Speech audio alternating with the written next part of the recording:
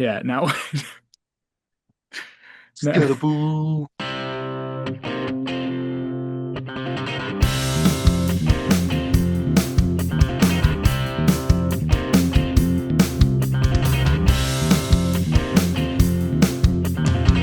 So back. what's up, everybody? We are So Back, the So Back So back. podcast, coming at you once again. Honestly, losing track of the episodes. Pretty sure we're on nine. I'm pretty sure we're on nine here. Never been good at counting, but I know sports is kind of Never really so. been your strength. That's okay though. No, I mean I was a journalism major. Austin knows it. If anyone could count here, it would be him, and he was too busy building things, so he doesn't really know how to count either. But here we are, and we have another exciting week of football. Sorry for the late show. I had cornhole playoffs this week, which I didn't win, but I had to show up for the team, so we fell there. We move on. We move on, and now we talk about football. So we got a big week of college ball last week. The most important game to this podcast would be the Bulldogs beating the Ole Miss Rebels at home in Sanford, 43-35. A close game, and UJ looked good all four quarters. It came down to the wire, but all four quarters were good. There was a point where UJ trailed by double digits, but they bounced back and were able to get the win there. Yeah, good game. What'd you think? Yeah, I mean, this is another big game for Gunner in the Heisman conversation. I don't think he's gonna win it necessarily. But I do think it would be like a good bet to maybe put a bet in for him now, and then once he starts to climb the ladder, maybe cash out early. I just think he's going to be in that conversation at the end of the day. So he had 4 touchdowns. He was great. Um, we were dominant on the ground with 221 total rushing yards. Just really winning in the trenches. Another great fourth quarter. Just won us the game. So, I'm very happy with that performance. Yeah, it was a great game all around by UGA. There was a point where the tide was kind of turning in favor of Ole Miss. I mean, early it was real back and forth. This was an offensive shootout, but Gunner was able to outclass this Ole Miss defense, and I mean, UGA outgained them by like almost 200 yards. The score was only an 8 point difference, but it was a strong showing from Georgia, and it does move them now up into the top five once again, which they fell out of early with that loss to Alabama, but have since climbed their way back as we kind of figured they would. But I do agree with with Gunnar Stockton moving up this chain of Heisman contenders here because you have guys who are losing games that they're not supposed to be losing or getting injured who are in the mix, which we never wish for the injuries, but they do happen and they're a part of football. So you have these guys who are kind of getting hurt and falling off the race, and then you have a guy like who we'll talk the game we'll talk about here in a moment, but Carson Beck losing to Louisville and not looking very solid. That's going to hurt his Heisman argument now. Georgia, with only one loss to a very strong Alabama team, and Gunner playing in that game pretty well. I think right now Gunner Stockton is in the Heisman conversation. He might be on the back burner of that conversation, but he's in the conversation. I mean, you can't deny that he's being talked about that as a dark horse candidate here. Yeah, I mean, a few big games. We got a lot of big games still ahead. We still got to play Texas. Um, and if we beat them and maybe somebody manages to knock off Alabama, we could sneak in to the SEC championship. Actually, if Bama loses, it doesn't matter. So we need A&M to lose, and then we would. I don't know how the tiebreaker works, to be honest with you, but um, if we could maybe backdoor sneak into the SEC championship, that would be a big, a big win if we could get it. There's a lot of big games ahead, and I think this Georgia team is going to be very battle tested for those games because they've played a lot of big ones so far. Yeah, it's a tough schedule, and that's a big win for the Bulldogs at home, knocking off the Ole Miss Rebels. It doesn't really hurt their rank too much, only dropping a couple spots. I do think, as far as Georgia, we talked about it last week, but Georgia was ranked 9 by the AP poll. But this, I mean, They dropped so far after the loss to Bama, and they're only winning games by like one score. So, like, I guess AP wasn't willing to put these teams up, but then you have Georgia favored by 7.5 against a team that's ranked 4 spots ahead of them. That doesn't make a ton of sense to me. I do think that Georgia deserves to be a top five team. I mean, the loss to Bama was a close game, could have gone either way. And Bama ends up, winning that one. But now the Georgia Bulldogs back in the top five, and still some tough games ahead. But I think this team looks solid. And as you've used multiple times, battle tested. They're in these close games and they know how to win them. And they won another one here last week. I think a lot of the rankings drop was attributed to a very underrated Bama team. This is a Bama team that we saw lose to Florida State, and that we thought might not be one of those legit Bama teams that we've seen in the past. And since that loss, they have just been unstoppable. So I think a lot of the rankings drop was due to Bama being criminally underrated. And then once you're down there, it's really, really hard to fight back up. So, um, it's just one of those things, I think. Yeah. And I mean, you got to give your flowers to Bama. Bama could have let that win demoralize them and destroy their season, but they didn't, and they bounced back, and now they're finally accepted again by the college football world as a top five team in college football and a true contender, for the national championship. But moving on from the Georgia game, which I'm sure we were all happy about, we had another one that made me kind of laugh a little bit, which was the Friday night game. Louisville beats the Miami Hurricanes. I'm not gonna lie, I didn't watch the game. I was playing pickleball. I was out in the courts, but I looked at the stats, and it just looks like Miami wasn't ready. Yeah, they kind of just got punked. Carson Beck throws four picks. And then I would say probably two of them were his fault, and two of them were very, very good plays on the side of the Louisville defense, who played very well. Um, but you can't have four picks and expect to win a game. Um, in play doesn't matter who you're playing. So yeah, this Miami team just kind of gets punched in the mouth. And I think they'll still win the ACC probably, and you know, still go to the playoff. I'm not really worried about their chances that way, but it definitely is a peek behind the curtain of okay, maybe Miami isn't unbeatable. Well, obviously they're not unbeatable. Louisville just beat them, but maybe Miami has some cracks.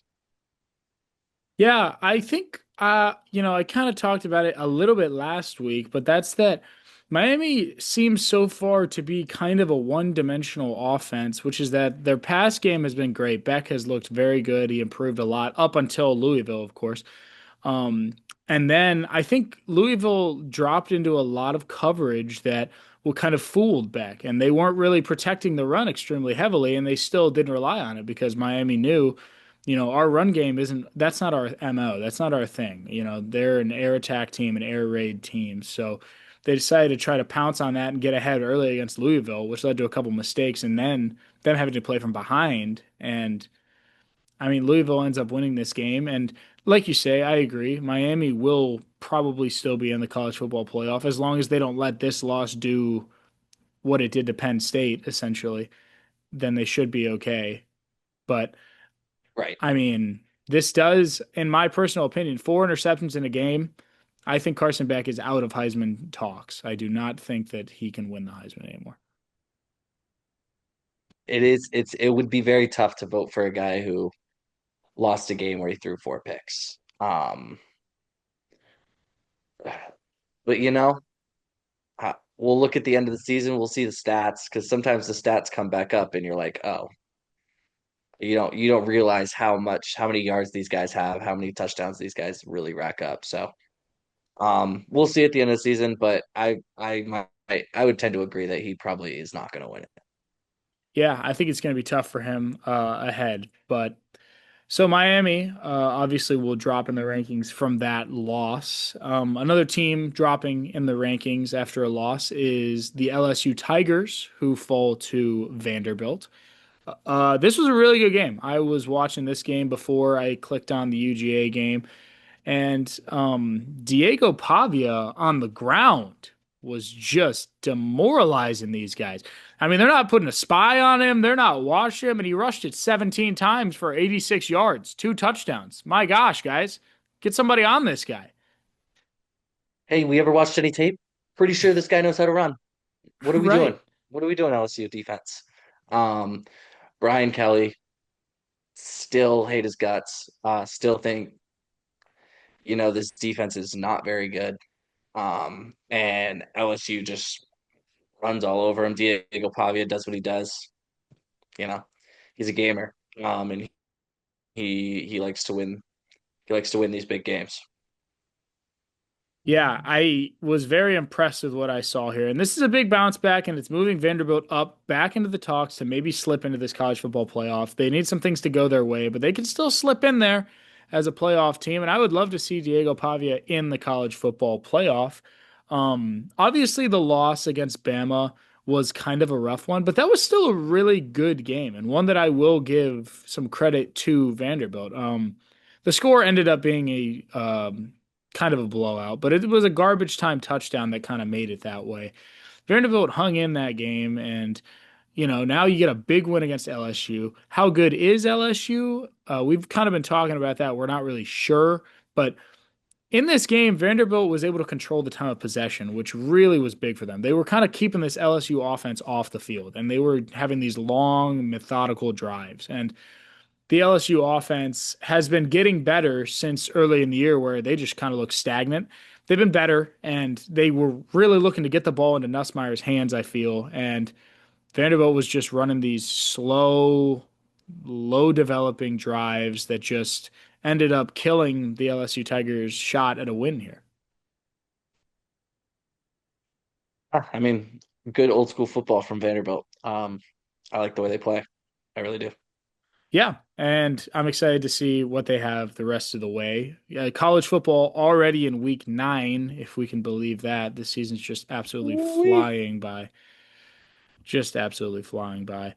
Um, a game that we talked about pretty heavily last week that had bigger playoff implications than an outsider eye would perceive is this Georgia Tech versus Duke game. Georgia Tech gets it done. Haynes King does his job. He gets it done, and Georgia Tech gets it done against Duke in a pretty substantial victory. The game was close up until the fourth quarter, and then Tech just kind of pulled away with it. And now Georgia Tech's in the mix. Yeah, I mean, I think Georgia Tech is really being talked about as maybe that second team out of the ACC. If they make it to, they have a real shot to be in the ACC championship game. I think they will be in the ACC championship game if they win out. So, I think they have a shot, even if they lose to probably Miami in that game. Um, I think they'd still get in as a two loss to, assuming that they lose, knock on wood, assuming that they lose to Georgia. But no, I think this Tech team is is playing well, Yeah, they're doing what they're definitely supposed to playing do. well. Absolutely. Winning the games you're supposed to win. And that was one that they kind of needed to win to prove to the world that they were good. Duke was even favored to win the game, and Tech ends up winning the game pretty handedly. One thing that scares me about Tech that I will say, and this scares me for a lot of teams, this can even scare me for Georgia, but for some reason I feel a little bit safer about Georgia because I feel this team is proven and tested. But Georgia Tech was outgained in the first half by over 100 yards, and it was still 7-7 because of that fumble return touchdown. But I just feel like if you weren't playing Duke and you were playing against Georgia or you're playing against even Miami, if you're going to only put up 110 yards in the first half and 7 points off a fumble recovery touchdown, you're just not going to win. I mean, you have to be stronger than that. And I know that this team is good and they're undefeated. I'm not discrediting their undefeated season so far, but I'm just saying if you're going to make waves later in the season, you just have to play stronger in the first half. And that's funny I'm saying that. It sounds like a hypocrite because Georgia has been doing that all year, but Georgia's proven that they can win those games from behind. I just don't know if Tech goes down 21-7 at halftime to Georgia. I don't think they can win that game. Right. The caliber of team that we're talking about coming back from a poor first half in the ACC to some of the top dogs in the SEC is like it's not really a fair comparison. So I think there is a bigger reason to trust Georgia in that situation. But yeah, this Tech team has a real shot to do something very special for them. I just I just hope that Georgia kicks the absolute crap out of them, just so everybody knows who the big dogs really are. And I don't know what that game is going to look like. I do think that Georgia will win the game. Um, Haynes King is good. I just don't know if he's going to be good enough for the Georgia Bulldogs, but we're going to have to see. I think it's going to be a good game. I see Georgia winning, but it's going to be big on containing Haynes King and not letting him get out of the pocket. This guy can rush better than Diego Pavia, dare I say. And Diego Pavia can rush really well. I mean, this guy, he just puts his body on the line. I really enjoy watching Haynes King play. But, I we're gonna also have to think see we when we have get another there. year. We have the previous year's game tape of Haynes King and Justice Haynes. I think that we were a little bit surprised at these two. I think Tech fans probably weren't surprised that they made the impact they did last year, but I think a lot of Georgia fans were. Um, so now we have a whole year of tape on them. I think we'll be ready to go. I think I think we'll be able to neutralize this Tech offense. That isn't the Yeah, game this week, but I just, you know, that's going to be a big week, and I'm excited to talk about that game with you because we're going to have to see when we get there. We don't know what these teams are going to look like going in there. Tech might drop a game, in the next couple weeks, and then we're going to be like, there they are. But as of now, you know, this is a different Tech team, and I'm, impressed with what I'm seeing. A team that I'm not impressed with seeing is Texas Tech. Finally we were waiting for it. losing. We were waiting. It finally happened. Arizona State knocks them off. Arizona State's a pretty good team, but they've had some bad losses this year. So to knock off Texas Tech is not a good look for them. And it just absolutely plummeted them in the rankings. The only reason, like we said last week, the only reason this team was top 10 was because they're undefeated.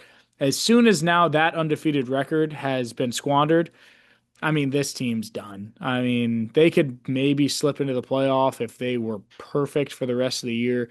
Even then, now we know this team's not doing anything. Yeah, they got to win the Big 12 if they want to make it in. But yeah, just you stumble. And if you want to win in some of these other conferences where the competition may not be as strong, you can't stumble. You gotta in the Big 12, you really can't stumble. You gotta win. And you gotta win the conference. If you want to have two bids from your conference, you gotta win, you gotta go undefeated up to the conference championship. So um a tough loss for Texas Tech. And I do think without winning the Big 12, they will probably not be in the playoff. Yeah, and it's probably deserved. I mean, this Texas Tech defense was just gashed this game. I mean, we're talking just gash. 319 pass yards against them, like from the Arizona State team. No hate on Arizona State, but that's just not good. And I feel that that was we had been delaying the inevitable with Texas Tech, where it was how long can this team do this? And it happened. The dam broke. I will say that Texas Tech loses another game this year, and that will be the end of their season. Now, is that, just me thinking that? Maybe, but I feel that this team also knew they had to go undefeated, and that loss is just a complete demoralizer. So they'll do one of two things, which is they will go undefeated and they'll get hot and get mad and probably slip into the college football playoff, or they will lose one or two games and be an unranked team, probably get a bowl game, in January. Yeah, I mean every game's a big game. You really got to show up every week um, to if you want to play. So you know, tough break for Texas Tech. Yeah, tough one for Texas Tech. On the other side of the coin, the Texas Longhorns do hold on against the Wildcats in a low scoring, I guess, thriller. I'll call it a thriller, but it was really boring. Texas wins um, with a field Yeah, just a goal. bad football game. Yeah, I mean, Texas's defense just didn't really look very good. It was defensive, but I mean, we saw what Georgia. I know that you can't really compare the games because they're different games, but we saw what Georgia did to Kentucky, and I mean, now we're looking at what Texas did. That those are two completely different games. Yeah, Arch was not good. Really didn't do anything to help his team. I think he was saved by the running game. They ran the ball very well. But if you're Texas, seeing a 16 to 13 game that the offense doesn't look very good. The defense isn't necessarily the most convincing. This is one that every Texas player and fan is going to want to flush out of their mind uh, very quickly. And I hope that they've already done that by Wednesday at 9 p.m. Yeah. I mean, Texas makes a. I mean, there is a situation here where Kentucky went all the way down to the 1 yard line and then got stuffed like three times in a row. I couldn't really believe Texas was able to hold them there. That's a big testament to their defensive line. I'll give them that. But Kentucky never should have been in that situation. Then Texas's offense gets the ball. They back themselves up 10 yards. And then they have then they run a couple check down plays that go for nothing. Then they have like a 48-yard field goal to win the game. Like, why are you making it so hard? I just don't get it. Yeah, just not good enough right now from Texas. I don't really see them making it into the playoff with two losses and some of these games that they've played, but you never know. Yeah, they got to get hot. I mean, they got to get hot, and time is running out. The clock is ticking on this Texas Longhorns team. An unfortunate game this week for the Tennessee Volunteers. One that I did want for them. I wanted them to take them down, but Alabama just dominant in Tuscaloosa. A big interception right before half, a pick six that pretty much turned the game on its head. Alabama and Tennessee. It was tight. A touchdown before half would have made this a really close game. It would have made it, I think, I think it would have been 3 point game, but instead it was a 17 point game. So that's like such a big change. And it was too much for Tennessee to overcome. And Simpson again just looks really, really good. Yeah, I mean, I think yeah, there are two sides to this game where I think Ty Simpson is definitely the Heisman front runner at this point for me. Um, he's played very, very well the last 3 or 4 weeks, but the Bama defense, the pick six at the end of the game, just really they won the game at halftime. Um, they never really looked back after halftime after that pick six. Just kills all the momentum that Tennessee had and makes it really difficult for them to get back in the game. In the second half, they kind of just match points, and Bama comes out on top. Yeah, and it's gonna hurt Tennessee, and it's gonna make things hard now because I know that Tennessee is a good team, but I think that I'm not going to say that interception changed the game and Tennessee would have won if that was a touchdown, but a Definitely didn't 14 help. it's a 14 it's not even a 7 point swing. It's a 14-point swing. Because if you throw a pick Mm, and he goes down right there, you're down 10 at half. That's tough, but doable. Or I think it was 10, but you're down less. But yeah. instead, because he returns it for six, it's almost double what you were down before that. I mean, it was just too much to overcome, especially going on the road into that tough environment in Tuscaloosa. Yeah. I think the top of the SEC is very, very good. We need Texas A&M to stumble here. I don't know who's left on their schedule, but um, if we want to make the SEC championship game, we need them to stumble. But because Bama looks really, really good, and I think they're just gonna they're just gonna keep rolling through the rest of the season. They'll have a tough one with the Iron Bowl, but other than that, I'm really not that worried about Alabama. Unfortunately, I'm not worried for them. I guess I should say. It's Yeah. I am worried about them. I think they're very, very good.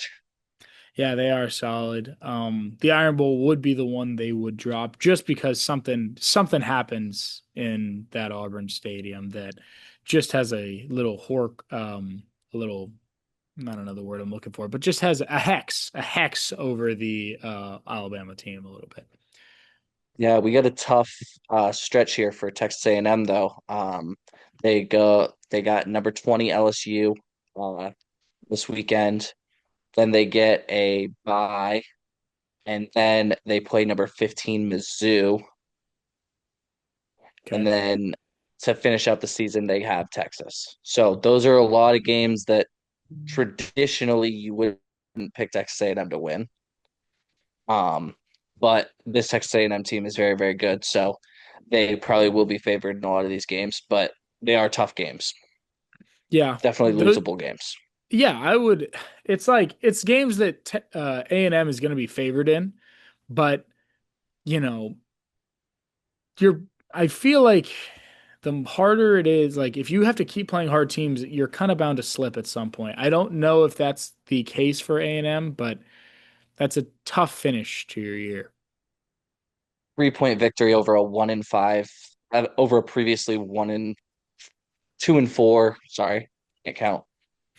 2-4 Arkansas team. Uh, a win by three, let up 42 points. Not the best showing. You won, but not exactly what we're looking for. So there's a way for Georgia to get in here. There's a way to sneak in for sure. Yeah, I think a big way that can happen as we do take a week at the look ahead here, is A&M versus LSU this week. Like you said, A&M is favored by 2.5 points currently as the spread. Um, but I think this is the one that A&M can drop. Of the games you mentioned, I do think Mizzou is good, but I don't know if they can take down A&M. And as of now, with the way Texas is playing, I don't know if they're the biggest threat. I think right now the team that can knock them off is LSU. And this is a mad LSU team that if they can take down A&M, are right back in the playoff picture. So this is a big game for both sides.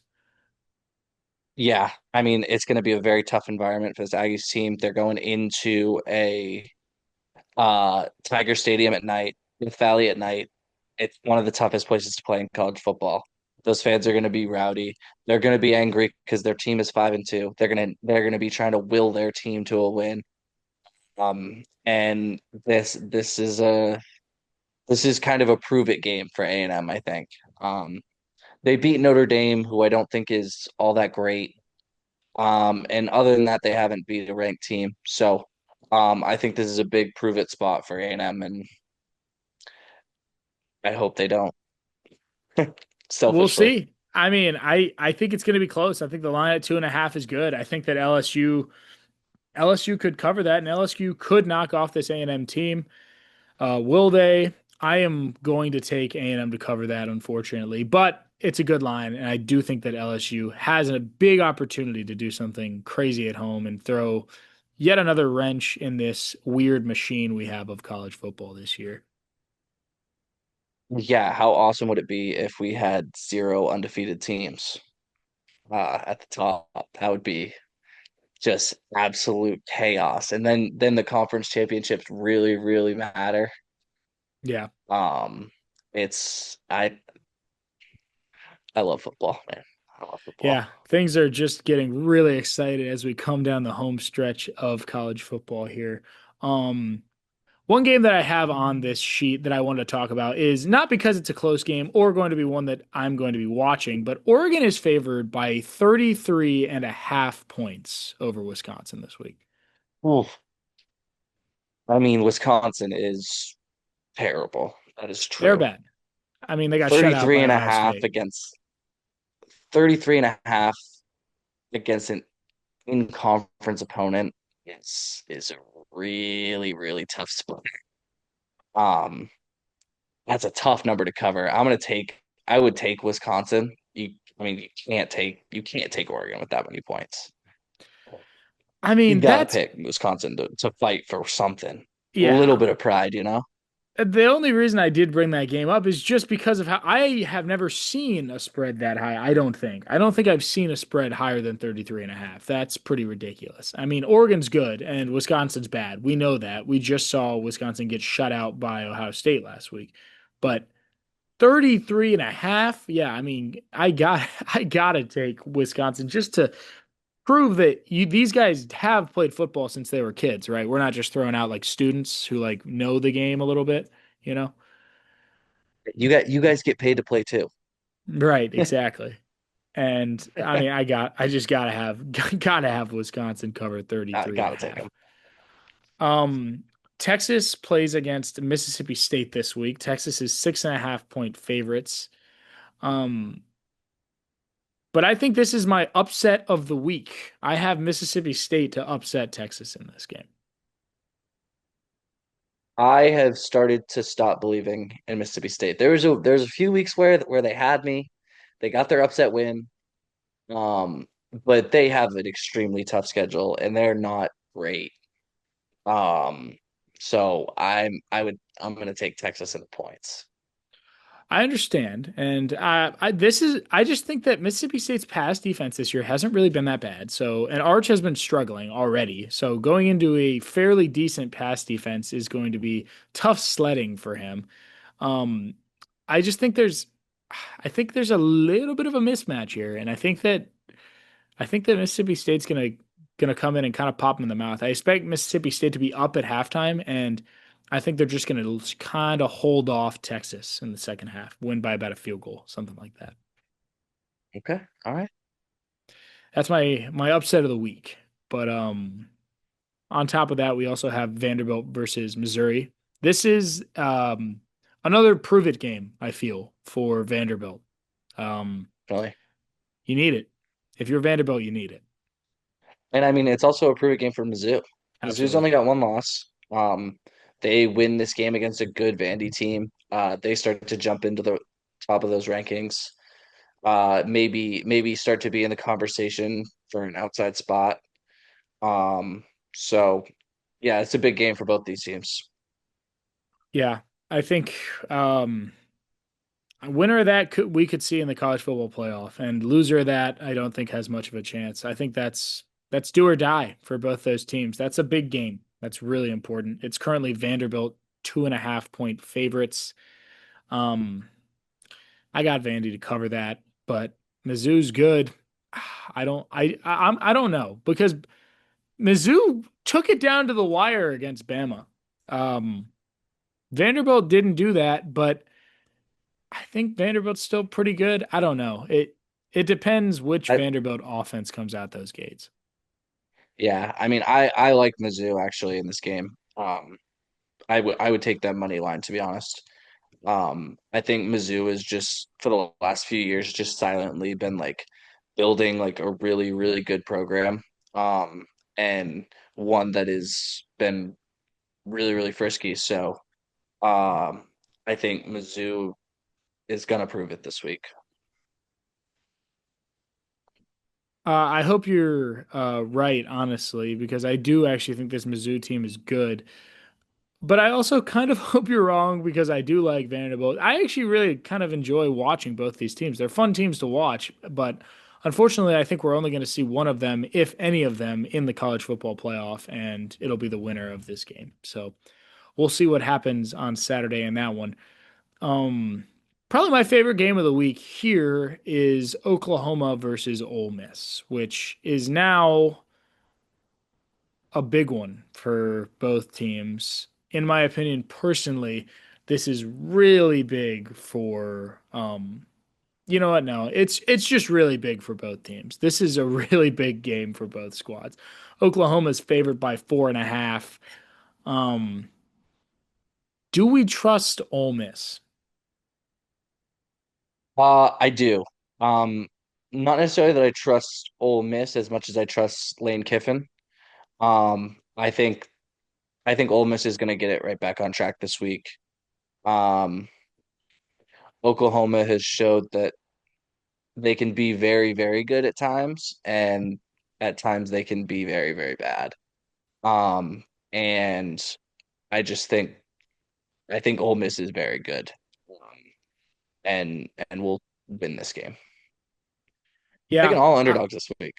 I am with you on this one though. I'm with you in I do think that Ole Miss is going to take down Oklahoma, and I actually kind of want Oklahoma to win because I think that Ole Miss is the better team. So I would like Oklahoma to take down Ole Miss, but True, I I don't don't want to think see Ole Miss again.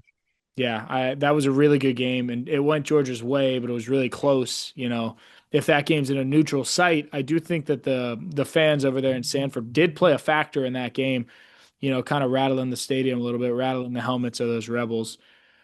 I don't know. I think that Ole Miss does win this game, and I think the line being 4.5 is way too high. And yeah, I got Ole Miss to cover and money line, honestly.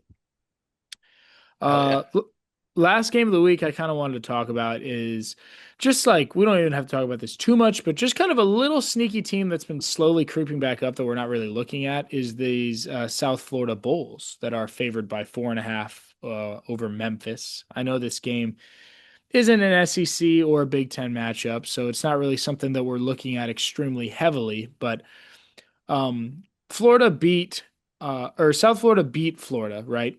And then lost to Miami and then kind of fell off the map and kind of disappeared for a minute. But they've slowly been kind of crawling back into this conversation that this team could be seen in the college football playoff. And I've been seeing a lot of projections that have them in the playoff. Now, is this like an 11 or 12 seed?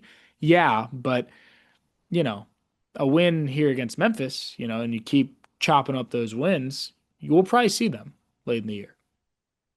Yeah, I mean, I think this is a big one in the American. And I think the American will be the conference that gets the G5 bid this year. I don't see, I believe usually it's Coastal in the Sun Belt. Um, I don't think they're all that spectacular. I actually don't even know if that's true. That was just a guess. Uh, but from everything that I've seen from the G5 schools, everything's kind of coming up South Florida right now. So it's a big one in the American. Or watch out. Yeah, I mean, it will not be the game that's likely on my TV, but it'll be something that I'll be peeking at just to see how things are going over there in that game. But that's what we have of college football for last week and this week coming up. I'm excited to watch those games. But now we hop back into the professionals as we do every week. We have the NFL football recap of the previous week. Um, for starters, you know, we had a morning game, which was the Rams versus the Jaguars. Probably pretty close, right? Two pretty good teams trying to battle, see what they can do. Not close. Matthew Stafford No. just absolutely pummels the Jaguars. Most passing touchdowns in an international series ever, and the Jaguar offense said, we don't know what to do about it. So can we talk about this Matthew Stafford stat line? 182 yards, but five touchdowns. Yep. That's one of the most wild stat lines I've ever seen.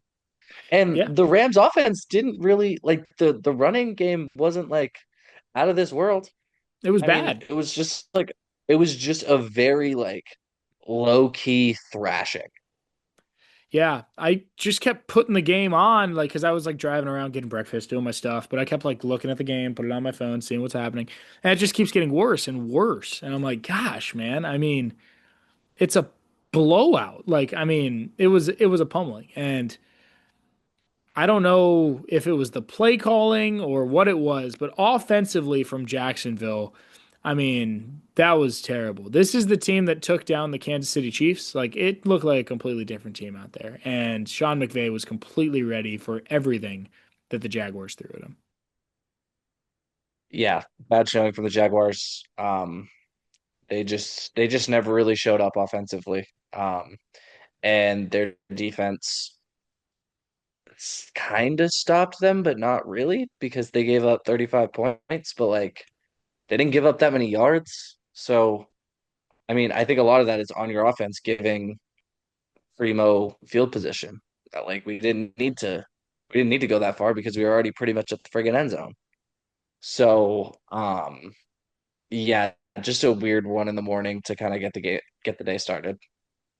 Yeah, a really weird game. And on top of weird games, we have more weirdness, which is the New York Giants leading 19-0 at the end of the third quarter. 19-0. And then they scored 13 more points in the fourth quarter. That's 32 points. Mm. That's enough to win the football game, you would think, right? The Denver No, Broncos scored 33 points in the fourth quarter to win this game by one off of a missed extra point by the New York Giants kicker. two of them. Disaster. Disaster. And we love special teams and we hate to see that. Yeah, I mean, it's just you can't miss extra points. Um, you almost felt watching this game that when he missed that extra point, you were like, "Ew, that's big." Like I think he just lost the game. Like a lot of times you're like, okay, 37 seconds left. Like there's still a lot of game left to play. Like our defense has been shaky this fourth quarter, but like let can we just I think we can just get one stop. But once he missed that, it was like this game's over. This game's over. There's no way that they don't come down here and kick a field goal. So,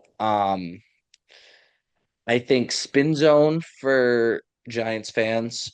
Did you really want to win games? You're not winning the Super Bowl. You got two exciting young players. Maybe get them some help on defense next year, in the draft. A little bit of higher draft position. You can get, maybe a future All-Star. Uh, but maybe some weapons.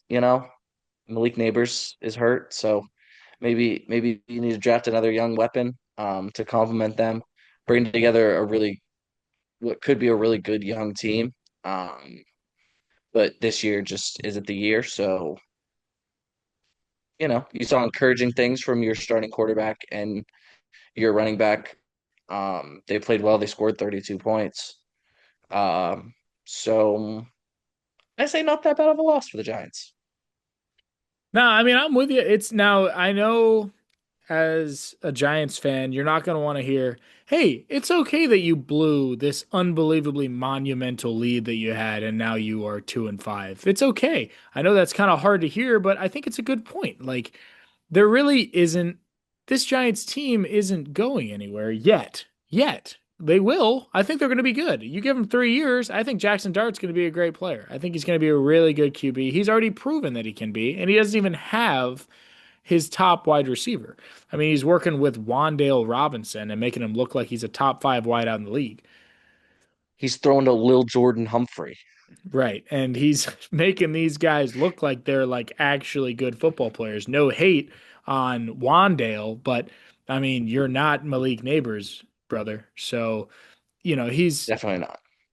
he's doing his job and they lost, but that it helps. Like you put up 32 points in that offense.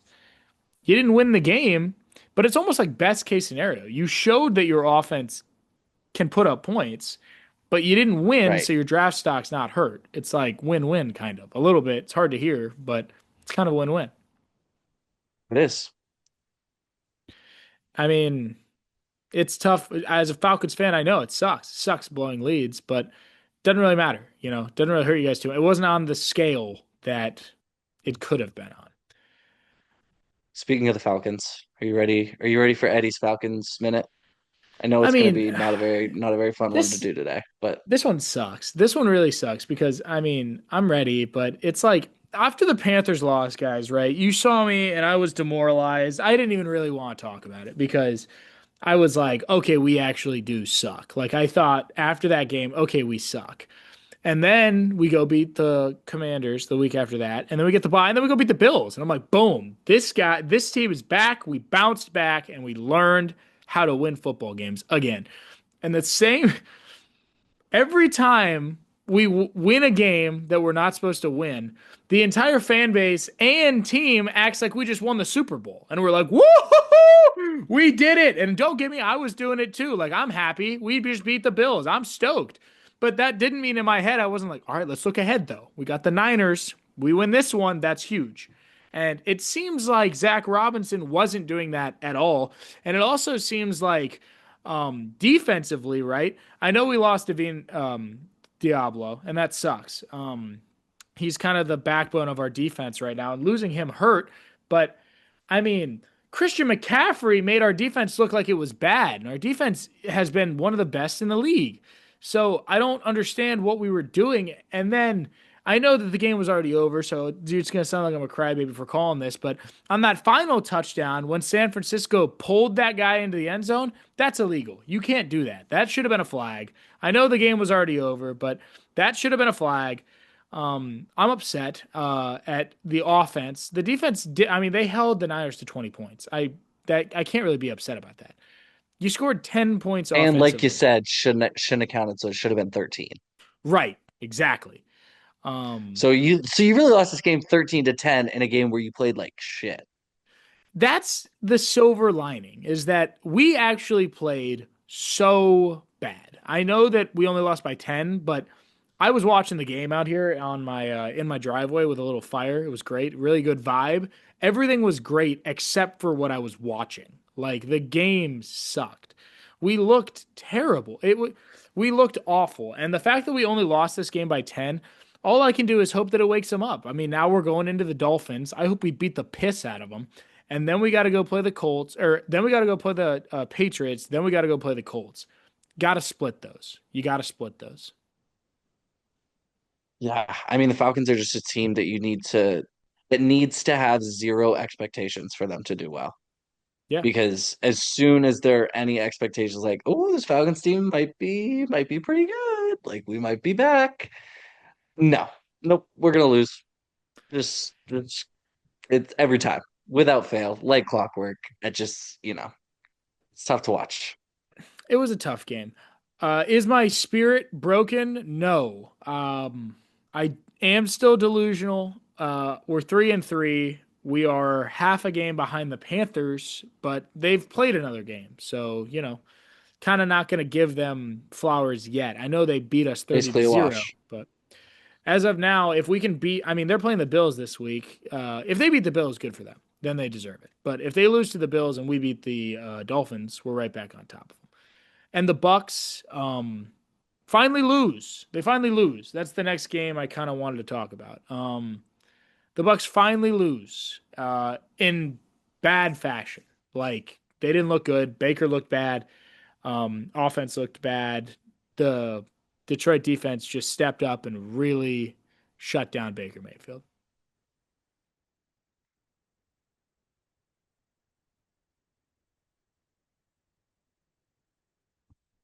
Just so hurt.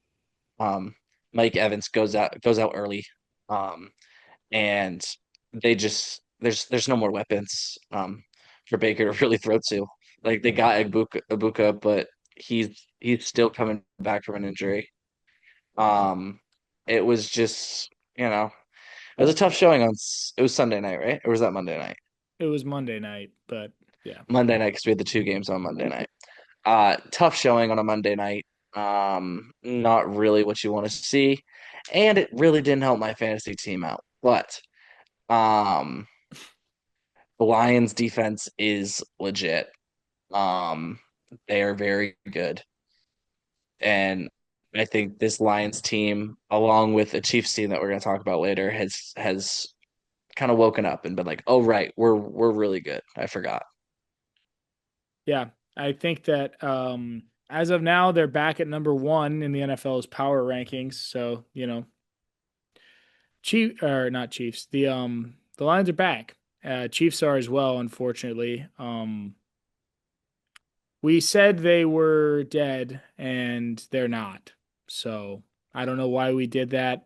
I specifically remember you saying they were dead. I never said they were dead. True, but the world said they were dead, and the world says they Okay, were those the dead. royal we. Okay, okay.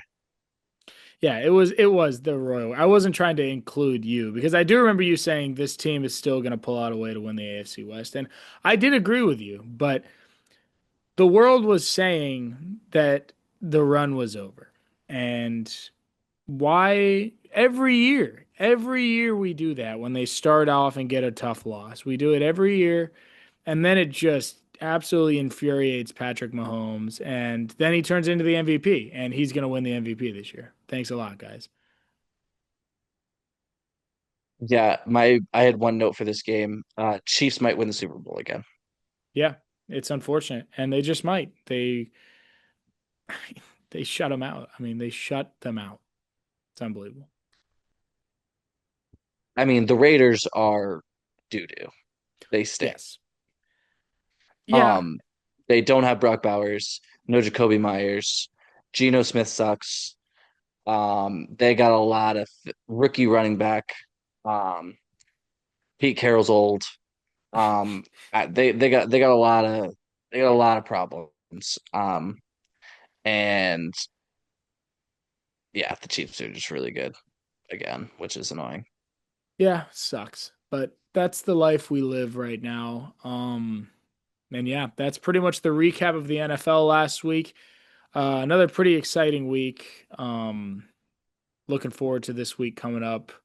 Really hoping for a Falcons bounce back week. If not, you might not be hearing from me for a minute. But we got the AE poll here. Definitely gonna have some mix-ups from last week. I can almost guarantee that as 100%. Miami is certainly not going to be number two this week. Um, as per usual, we'll get started off at number two because Ohio State remains number one. Who do you got? I think Indiana doesn't deserve to lose the spot. I think Yeah, I think with Miami, who was the number two team, right? yeah, Miami was two. Um, Indiana just moves on up. Honestly, I agree with the AP top five. I don't really think there's any reason to really move anybody. You get the three undefeated teams at the top, Yeah, and then I think Alabama and Georgia are the you. I guess we could have the conversation. Alabama beat us, but I guess you could have the conversation of is Oregon better than either Alabama or Georgia? I don't think so, no. but I didn't figure we would. So we got Ohio State, Indiana, A&M, Alabama, Georgia, Oregon, I would assume. Yep. And then I would put Ole Miss at eight. You mean seven? At seven, sorry. Seven. Yeah, I just, man, I find it hard to move Tech because they're undefeated, but I do think that if Ole They Miss already went up play, five spots. yeah, if Ole Miss played Tech, Ole Miss would likely win. So I will agree with you, and I will put Ole Miss in seven. But I do want Tech at eight. I want Tech at eight, Yep. I'm okay with it. and then I'm not gonna lie to you. I want Vanderbilt at nine. I want Miami I do down. as well. So I want And Vanderbilt guess what? at nine.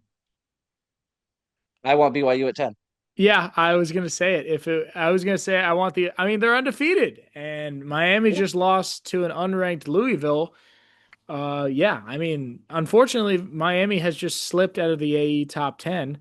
They might bounce back. I mean, you make a run. You're probably We gonna got to be get some back in Big the 12 top 10. representation in there. I think BYU's done their job. They've done everything that has was presented to them. Got a big win against Utah last week, who was ranked last week. Now they are not, but they were ranked and you beat them. The Holy So War. I like it. When you win I a like game called the Holy War, how can you not be in the top 10, you know? right, exactly. I mean, that's just if we're not throwing them in the top 10, I Just common mean, sense. It's that's always yeah. been the rule. Yeah. Notre Dame remains like up near this top 10, and I don't know why they're so high. I just don't understand why they deserve to be No, there. they're 5-2. They don't play anybody. Get them out of my face. Yeah. The only other teams that, sniff this would be an Oklahoma team that has to prove that they Mm. deserve to be there by beating Ole Miss this week to get up in that. Yep, I would But yeah, agree. that's pretty much it. And now it's time for Shid Mid Legit. Everybody's favorite segment. It's the Um, best I'm segment of ex- the week. I'm excited. Um, All right. It We is need to get a graphic.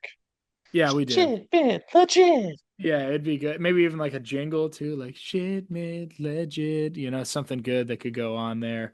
We'll I work like on that. I that. like that. We'll workshop it. Ba-dam-bow! Yeah, it's my favorite segment of the week. Um but the three teams that I have come up with this week are I'm gonna throw my boys in the ring. I'm gonna throw the Atlanta Falcons in there, right?